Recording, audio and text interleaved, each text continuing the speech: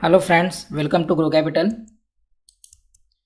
और एक छोटा सा डिस्क्लेमर आप लोगों के लिए एक बार रीड कर लीजिएगा। और आपने अभी तक चैनल को सब्सक्राइब नहीं किया है तो कृपया चैनल को सब्सक्राइब कर लीजिए, क्योंकि यहाँ पे बहुत सारे अपडेट्स आपको मिलने वाले हैं। और आज से मैं स्टार्ट कर रहा हूँ कि डेली बेसिस पे आपको एडवांस में इंट्राडे कॉल और निफ्टी बैंक निफ्टी का व्यू भी प्रोवाइड होगा ऑन डेली बेसिस। तो आप बेल आइकन बटन दबाना बिल्कुल ना भूलें, ताकि आपको लेटेस्ट से लेटेस्ट वीडियो अपडेट होता रहे टाइमली। तो यहाँ पे आज हम लोग डिस्कस करेंगे कि 2 सितंबर के लिए निफ्टी बैंक निफ्टी का व्यू क्या रहेगा, और आज निफ्टी बैंक निफ्टी का क्या परफॉर्मेंस था, और इंट्राडे स्टॉक कौन से हमने सेलेक्ट किए हैं ताकि कल आप इंट्राडे में ट्रेड कर पाओ। और अभी जैसा आप लोगों को पता होगा कि निफ्टी 50 जो है आज ओपनिंग होता है प्लस में, थोड़ा देर तक वो प्लस में रहता है, उसके बाद सडन फॉल होता है, और फॉल होने के बाद निफ्टी 50 क्लोज होता है -55 में, जहाँ पे 15,076 का लेवल है। और मैं बैंक निफ्टी की बात करूं तो प्लस में ओपनिंग होने के बाद एक कुछ देर तक तो सस्टेन करता है, फिर वापस से ये डाउन आ जाता है। लेकिन अच्छी बात ये होती है कि ये निगेटिव में नहीं जाता है, एटलीस्ट यहाँ पे 149 पॉइंट प्लस में बंद होता है, जो कि 0.5% में। और इसका लेवल जो है 36,574 में है। और अभी फ़िलहाल बात करते हैं कि एशियन मार्केट तो क्लोज हो चुका है, बट हमारा जो फॉरेन मार्केट है उसमें ग्लोबल इंडाइसेस क्या परफॉर्मेंस कर रहे हैं। यहाँ पे अगर आपको ग्लोबल इंडाइसेस के लिए भी जानना है तो ऑलरेडी ग्रो कैपिटल के एप्लीकेशन में ग्लोबल इंडाइसेस में अवेलेबल है, आपको और कहीं जाने की ज़रूरत नहीं है। इसके अलावा top gainer, loser, heat map, ये सभी आपको ड्यूरिंग मार्केट टाइम भी अवेलेबल रहता है, तो आप वहाँ से भी देख सकते हैं। जैसा कि आप देख रहे हैं नस्डैक अगर हम बात करें तो यहाँ पे 100 पॉइंट प्लस में है 0.67% पे। अगर हम बात करें SGX निफ्टी का तो अभी 49 पॉइंट प्लस में चल रहा है, जो कि ऑलमोस्ट यहाँ पे मान के चलिए जो हमारा क्लोजिंग हुआ है उससे 50 पॉइंट प्लस में है। सेम यही कंडीशन रहता है तो कल हमारा निफ्टी 50 एटलीस्ट 50 से 60 पॉइंट गैप अप ओपनिंग देख सकते हैं। एक बार हम लोग चार्ट भी देख लेते हैं निफ्टी बैंक निफ्टी और स्टॉक के लिए भी। तो यहाँ पे अगर निफ्टी 50 जैसे मैंने बताया था, ये ओपनिंग होता है यहाँ पे, और होने के बाद सिर्फ 2-3 कैंडल ही ये पॉजिटिव रहता है। फिर यहाँ से आप देखोगे तो यहाँ पे सीधा सीधा इवनिंग स्टार बना के यहाँ पे फॉल होते होते जो लो था आज का लो, इस लो को भी ब्रेक कर देता है। और ब्रेक करने के बाद डे लो ब्रेक होते ही फिर इसमें वहाँ पे गिरावट ज़्यादा ही आ जाती है, और माइनस यहाँ पे 40-50 पॉइंट होता है। उसके बाद वापस से ये रिकवरी लेता है, प्लस में 15-20 पॉइंट तक ही प्लस आ पाता है, फिर वहाँ से फिर माइनस वापस जाके -55 में क्लोज हुआ है। निफ्टी 50 का ये था कंडीशन।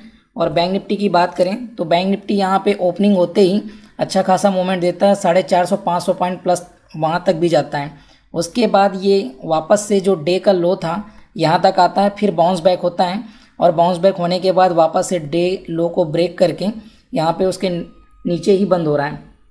तो कहने का मतलब है, अगर निफ्टी की मैं बात करूँ तो ये जो पहले का लेवल था यहाँ से अगर इनकेस बाउंस बैक भी आएगा तो ये कल का यहाँ पे एक रेजिस्टेंस रहेगा। इनकेस इस लेवल को क्रॉस करके ये आगे अप मूव होता है तो यहाँ पे रेजिस्टेंस लेवल है 17,230 17,250 के आसपास। इस लेवल से वापस से वहाँ पे वो कंसोलिडेट होगा।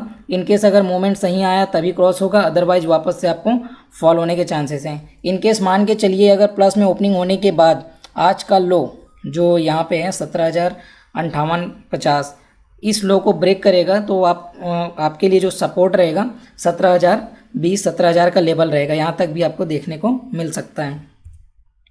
और बैंक निफ्टी तो ऑलरेडी यहाँ पे सपोर्ट लेवल पे ही है। इस लेवल को अगर मान के चलिए डाउनफॉल अगर होता भी है, ब्रेक करता है, तो यहाँ पे अगला सपोर्ट आपको मिल जाएगा 36,050 का, 36,000 के लेवल पे। अगर यहाँ से अगर ये वापस से बाउंस बैक हुआ तो यहाँ पे जो आज बैंक निफ्टी था, तो मैंने भी एप्लीकेशन में उस टाइम पे मैसेज डाला कि बैंक निफ्टी जो है ऑलरेडी रेजिस्टेंस लेवल पे पहुंच गया, उसके बाद ही फॉल हुआ। यहाँ पे आप देखोगे तो सेम यहाँ पे भी पैटर्न वही बना हुआ है और फॉल हुआ था। तो कल के लिए जो है 36,950 37,000 का लेवल इसका रेजिस्टेंस लेवल रहेगा। अगर हम बात करें सपोर्ट का तो 36,050 यहाँ पे इसका सपोर्ट लेवल है। और मैंने अभी 3 स्टॉक सेलेक्ट किए हैं जो कि तीनों बाई साइड है। हम इसमें ऐसा करेंगे कि एक साइड ही रहेगा, या तो बाई का है तो बाई रहेगा, या तो सेल का है तो सेल साइड रहेगा। यहाँ पे जैसे मेंशन है ये टाइटन का है, 15 मिनट के कैंडल पे बना हुआ है, ठीक है, 15 मिनट का चार्ट। अभी अगर आप देखोगे तो यहाँ पे मैंने 1955 के ऊपर लिखा हुआ है बाय अबव। तो अगर इस लेवल को क्रॉस करेगा, इस लेवल को क्रॉस करता है और क्रॉस करने के बाद सस्टेन करता है, तो 1955 का जो लेवल है इस लेवल पे आप बाय पोजीशन बना सकते हैं, जिसमें स्टॉप लॉस आप रखिएगा 1940 का। इन केस इस लेवल को क्रॉस नहीं करता है या उस लेवल पे वो पहुंच के सस्टेन नहीं करता है तो पोजीशन नहीं बनाना है। और अगर उस लेवल को सस्टेन करके क्रॉस करता है तभी वो एक्टिव होगा। अगर ओपनिंग होती है, ओपनिंग होने के बाद एटलीस्ट 5 to 10 मिनट वेट करना है, एंट्री आपको उसके बाद ही बनाना है। ऐसा नहीं है कि 9:16 17 मिनट में लेवल आ गया तो आपने बना लिया, क्योंकि अगर वहाँ पे हाई में ओपन होगा इन केस वहाँ से सस्टेन नहीं किया तो डाउनफॉल भी देखने को मिल जाता है। और टाइटन आपको बता दूं लाइफ टाइम हाई ये ब्रेक करने वाला नया लाइफ टाइम हाई बनेगा, तो उस लेवल पे ही आपको बाय करना रहेगा। ये तो मेरा सजेशन था। बाकी जो भी आप ट्रेड लेंगे आप आपके अकॉर्डिंग आपका जो एनालिसिस है उस पर करिएगा। अगर रिस्क रिवार्ड मैनेज नहीं करना आ रहा है या तो कितनी क्वांटिटी लेना है वो समझ में नहीं आ रहा है, तो इसके लिए भी मैंने वीडियो बनाया है, डिस्क्रिप्शन में लिंक अवेलेबल है, वहाँ से वो वीडियो भी देख सकते हैं। अगला स्टॉक है भारती एयरटेल। भारती एयरटेल यहाँ पे आप देखेंगे तो ये 31 अगस्त को यहाँ से मूवमेंट बढ़िया आया और यहाँ पे ये जो है सस्टेन किया। सस्टेन करने के बाद वापस से सेम यहाँ पे मूवमेंट बढ़िया आया, उसके बाद इस लेवल पे ये सस्टेन किया है। इस लेवल में सस्टेन करने के बाद अभी यहाँ पे कंसोलिडेट हो रहा है।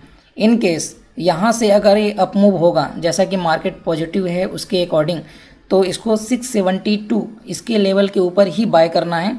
ऑलरेडी यहाँ पे ये सस्टेन कर चुका है, इस लेवल को क्रॉस करेगा तो, और इसमें स्टॉप लॉस आप रख सकते हैं 660 का।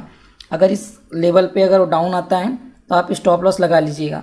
इन केस अगर आपने बाइंग पोजीशन बना लिया है 672 के ऊपर, अगर इस लेवल पे सस्टेन करके क्रॉस करता है तब की कंडीशन में, अगर वो लेवल पहुंचता ही नहीं है तो वो एक्टिव नहीं होगा।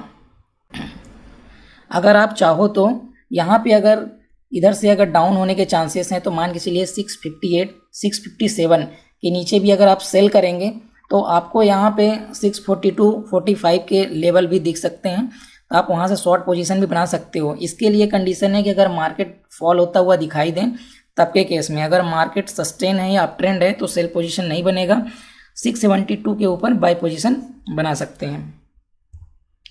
अगला स्टॉक है यहाँ पे कैनरा बैंक का।